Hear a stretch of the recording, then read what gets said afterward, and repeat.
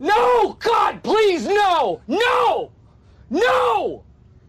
No! No! God!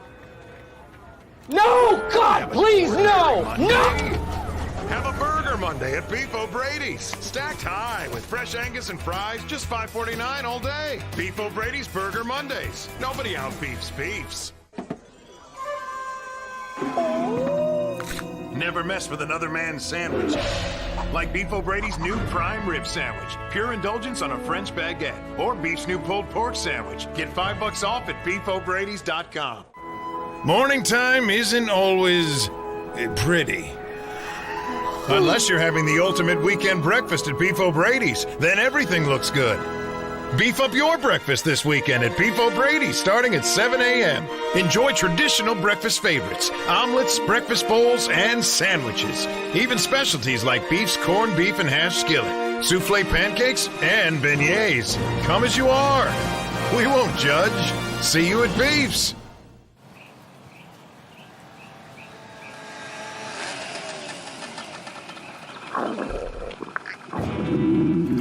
Tummy trying to tell you something?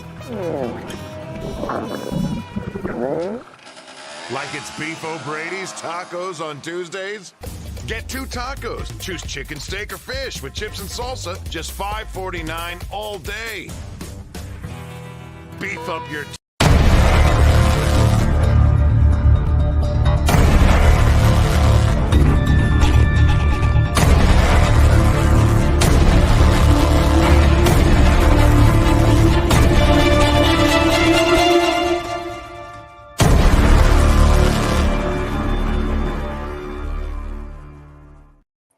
What up? It's your boy, Blake Anthony, coming at you with another session of Sports Talk 49. Always here where you can find anything related to podcasts. I know I'm a day late, but definitely not a dollar short. Talking about the Bucs and the Falcons. Recap of the game. Talking about what's in store for next week, et cetera, et cetera. They got the Packers coming up in Lambeau in the cold. You know what's crazy? This Tampa Bay roster actually doesn't play bad in the cold. And you got a lot of Southern players on the team. That is what's surprising. Even in the Super Bowl run era. Remember back in the 90s and the 2000s, going to Lambeau Field was something fearful because of, weather inclinations. And they'll be playing, December 17th. And it can't get more colder in the frozen tundra than in December, unless it's February, of course. Be that as it may, the Bucs win, get 2-game little win streak, Falcons and the Panthers. Wasn't pretty. I'm going to win that game 21-18. Bucs still score under the league average of 22 points a game. They scored 21. Panthers scored, Falcons. I mean, that's Panther score, but they score around the average points a game because it's 22 points. And what I said earlier, if they scored over the average about every single week, they would have a winning record. And in today's game, 22 points is really not a lot of points. It's really not a lot of points. The ridiculous amount of defensive holdings, defensive pass interference, roughing the quarterback. Now the hip drop tackle is going to be banned probably next year. Everything is in the offense's favor. And, I'm a defensive player, so I'm defensive biased. I came from the era where you can knock somebody's head off and you're celebrated for it. Today, you're considered a villain for that same kind of play. But that's the times. As more things change, the more they stay the same. The league changes. So, that's just what it is now. Those hard-hitting safeties, Sean Taylor and all those guys, things are different in the league now. And that's just what it is, and it's going to keep going that way. I can understand why the league does it, because of the lawsuits with CTE, et cetera, et cetera. I get it. The league is a business. Any player, I'll tell you that. It's a business. that whole playing for the love of the game and all that, yeah, it sounds good, but at the end of the day, you're an asset to a business, and that's what you are to them. You're expendable when you're needed to be expendable. The immaterial becomes the immaterial. But the Bucs beat the Falcons. Back on track. Bucs beat the Falcons 29-25. They do score over the amount.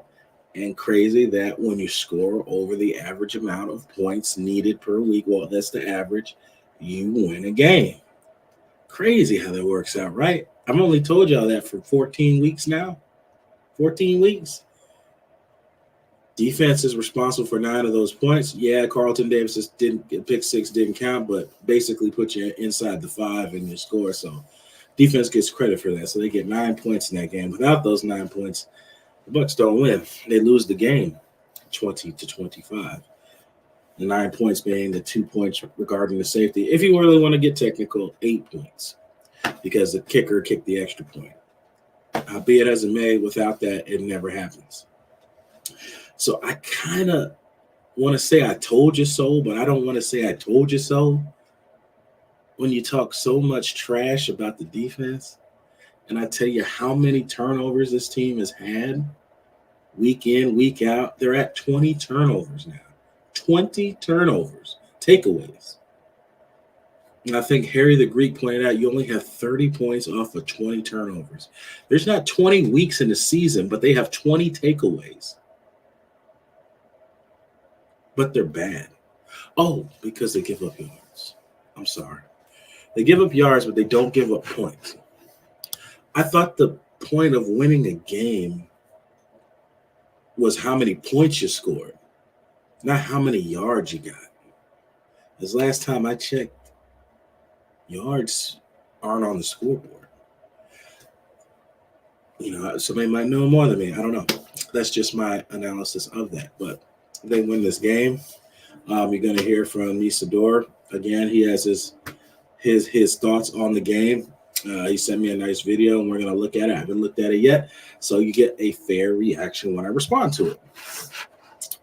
I know I usually do. We'll still do a little bit of tape talk about Baker Mayfield's touchdown pass, getting the game-winning drive and all that, et cetera. I know everybody keeps going on that. Well, he did a game-winning drive. I mean, yeah, that's his job. That's his job, to score points. His job is to move the ball. You have 2 Pro Bowl receivers and can't score more than 19 points a game. But he's doing good. Again, don't get caught up in that yardage, touchdown to interception ratio. The receivers aren't happy. Go look at the receptions each game. It's not a lot of completions completed. He's probably in the lower tier when you go to completion ratings. The stats that you don't want to look at that don't go in your favor, go look at the completion rating. It's not good. It's not good at all. But you get so caught up in the yards and the touchdown to interception ratio. Yeah, it looks like it's good. But again, you only have 28 touchdowns in your 17 weeks in the season. You do the math on that. I ain't the smartest guy. You just do the math on that. It's not a lot. You sound more of like a game manager that's barely managing the game. Again, if defense doesn't score and get you the ball back with a safety and a pick and a damn near pick 6, they lose this game. That same defense that you said that was bad. Oh, wait. You said it's not the same as the Super Bowl defense. Whose defense is after a Super Bowl? Whose offense is after a Super Bowl?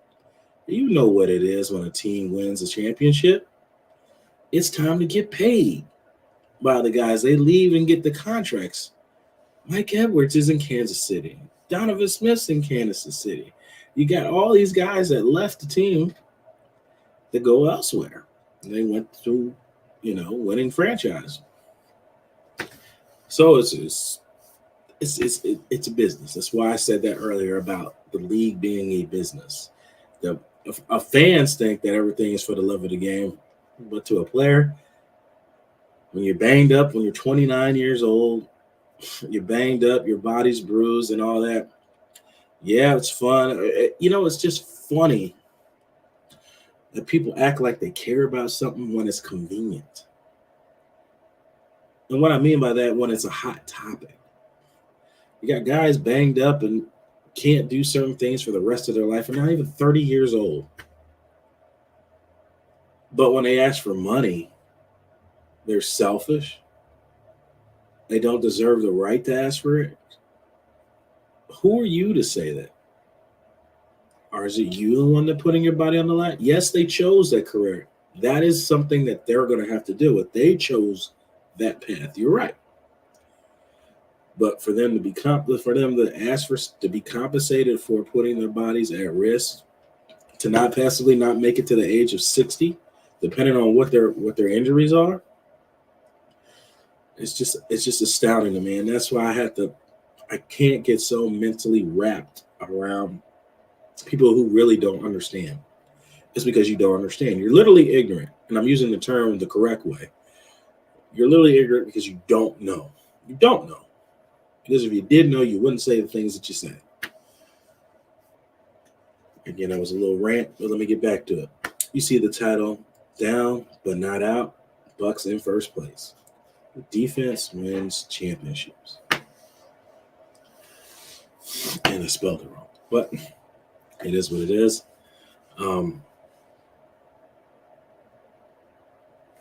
I told you, they're one of their top defense. They give up yards, but they don't give up points. It is what it is. The offense scores points. This team will win more games. You got these last couple of games in here. You could lose every game. You could win every game. All depends on how you come out and play. Rashard White, it looks really good coming here the later half of the season.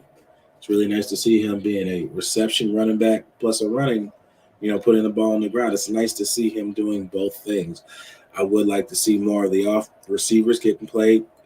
I don't think you're utilizing Palmer at all. I don't think you take enough deep shots. Again, I don't know if Baker's shoulder screwed up. I don't know. Like I said, I don't know the answers. There's things that I don't have the answer for, but I wish I did. I'm still looking at the title. I really misspelled it. But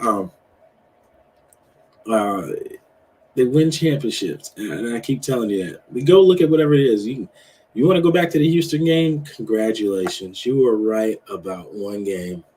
Oh, I'm so sorry. Wow, they put 9 on the field. They won the game, and that's what you choose to focus on. It says more about you than it does about them. Yeah, they scored on it. In the long run, it didn't cost them. What team doesn't make a mistake? Oh, they only won because they missed 2 field goals. How many weeks have they lost? How many years have they lost with no field goal kicker? Todd Bowles goes and gets this new kicker come in. Bowles didn't pick him up. Wait a minute. So Bowles only gets credit for the bad things, but never the good. That's an objective, if that's your train of thought. Even though I'll tell you the GM picks the players and the coach manages them. Do they have a say-so in it? There's a kicker. So I don't really know who you give credit to, but the guy's been money, and we're taking it for granted because if you remember, kicking, you were scared at every chance there was a field goal because you didn't know if you were going to get it or not. But let me hear from Misador before we go on to more because, I could rant and rave all day long. Let's hear what Misador has to say.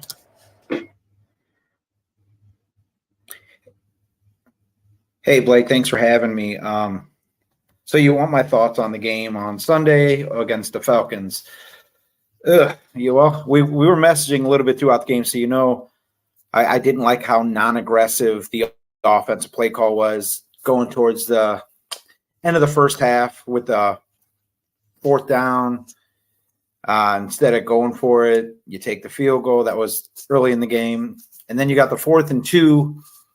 You line up twins to the boundary, or to the wide side, not the boundary, I apologize, to the wide side of the field, and you're on a sweep with a crack motion or a crack coming off the edge there. Why are we pitching the ball when we need 2 yards? Why are we taking something that has been working? We were hitting them with real quick passes the whole drive, real quick passes are working. We're getting 3 to 5 yards a pass. We need 2 yards.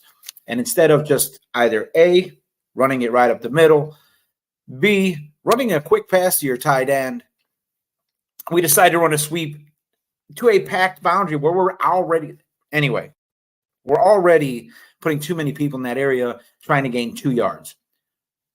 We don't have that back in our offense right now. Yes, Rachaad White had a great game, 102 yards on the ground. Can't really complain about it. He turned it on in the fourth quarter. He averaged 4 yards a carry. Well, 4.2 yards a carry. Chase Edmonds did really well. I think what's getting overlooked a lot is how well Luke Gedecke's been playing. You took a right guard whom we thought was a right guard, put him at right tackle, playing exceptionally well. He's not going to be a Pro Bowler, but he's very, very well above average, keeping Baker Mayfield upright and allowing their ground attack to actually finally get some momentum. Again, we disagreed on the touchdown without the 2-point conversion. I thought when we first scored and took the lead, we should have took a 2-point conversion, putting us up 11, forcing them to have to score a touchdown and then go for another touchdown. That point was moot by the time they scored again anyway, forcing us to have to score the touchdown. There's something about the Bucs 2-minute offense. They seem to have more – they're more crisp, I think. They're more focused. There's less time for mistake, less error. Baker Mayfield seems to play better when he doesn't have to think. Again, we're taking the ability to read out of his hands because I think we both agree that Baker Mayfield he either can't see over the line well enough or he's predetermining where the ball's going before he even sees the defensive formation. But it worked out to our advantage this time. Not really overly impressed with Todd Bowles still as a head coach. I don't think he gets another head coaching job after he leaves Tampa. I'm not saying the Bucs fire him this year. I'm not saying they fire him next year. But once he's done in Tampa, I think he's done. How do you have a goal line situation and have 9 players on the defensive side of the ball? 9. No timeout call. Let's just swing it. Let's not forget the fact that we called a timeout earlier on a 4th down where we're in punt return formation already. I mean, do you need to waste the timeout there? So you're early in the half, you're already down a timeout. You lose the Mike Evans challenge, which I'm glad he finally challenged something. That was a bang-bang play. It wasn't a bad challenge. I'm fully behind that. However, you now have 1 timeout going into the 4th quarter when you're down. But that's okay. Todd Bowles was able to milk out a W there. Bucs fans are ecstatic. But you're right. I don't think anyone should be playing the defense for this performance. People I was really excited to see was KJ Britt. He played extremely well. Very quick laterally. It impressed me. I didn't think he would be as fast as he is. His pass coverage was pretty good. He wasn't out of position very often, and you didn't see him just running straight to the quarterback because he forgot he had to cover somebody, which Devin White has done routinely. I mean, if in doubt, fire out. That's all he does. He blitzes every chance. Zion McCollum looked really good.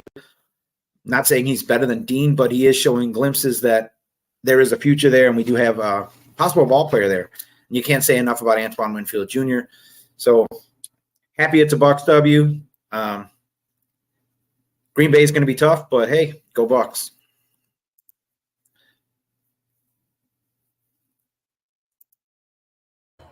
Love me Sador's point of view. Like I said, you don't have to agree. I don't hate him. I don't do none of that. We don't have to agree. And we were texting back and forth in that game about that. He was about the 2-point. I said, just take the points. Like you said, it didn't matter anyway. They ended up scoring a touchdown, so it was naysay at that point. So that's not even worth bringing up. But McCullum played really, really well. Phantom pass interference call pretty much started the surgence of the Falcons to try to come back in that game. But we can't say anything more about the refs because there's already been enough said in recent weeks about calls that they've made. Not aggressive. On a timeout, yeah, the 9-man. If you look at the whole clip, the rookie Watts runs off the field, which would have made 10. And then, like Bowles said, Golston was hurt. He was supposed to be in. So those are your 2 guys that was accounted for. Not sure who was supposed to be in or they was that short of men you didn't have for the depth chart. But you usually, if you ever coach this game at any level, you have a guy who's responsible for personnel. Bowles calls the plays, but you don't do personnel. So the personnel guy obviously wasn't paying attention that there wasn't 11 guys out there. There's a guy out there that, hey, it's a bunch package. Hey, get out there, a bunch package. And he looks and he sees 11 and you go 11. If you see 10, hey, where's what's the name at? We got 10 on bunch. Where we need 10. And we need one more for bunch. Well, John's hurt. Oh, well, then wasn't it? You got to get in, Bill. You got to get in. You got a guy for that. So what happened in that situation?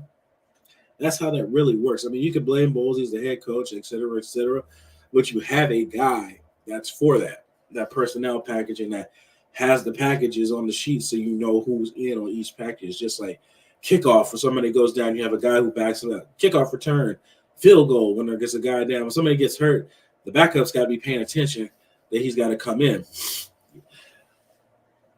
Because normally you wouldn't have a guy out in certain situations like that, but it didn't cost them. It cost the Bucs a touchdown, but at the end of the day, it didn't lose the game because of it. But it's something that he needs to work on. Do you fire somebody over there like that? No, because you could point out somebody every week on offense, defense, special teams. I've seen blunders on every team. And it's funny is the Falcons didn't even notice it. Well, they probably did notice it. That's why they went to that play later, the option play, and they were ready for it. Joe Tryon just didn't make the play. Called the right defensive call. He just didn't make the play. That's all Joe Tryon on that one. So y'all roasting him. You got the right on that. I'm not going to argue with you because Bowles put him in the best position to make a play. He just didn't make the play. That's it. Zion McCullum played really well. Antoine Winfield, do I really need to say more? KJ Britt, I like to see some more. We'll see. He's a great downhill runner. Played really good in run support. Played gap control really, really well. I'll look at some more tape. It's just been a busy week. I normally have some tape out for y'all. I still like to see more from Baker, get these wide receivers involved. He doesn't have to throw for 300 yards passing. Just be efficient at what you do.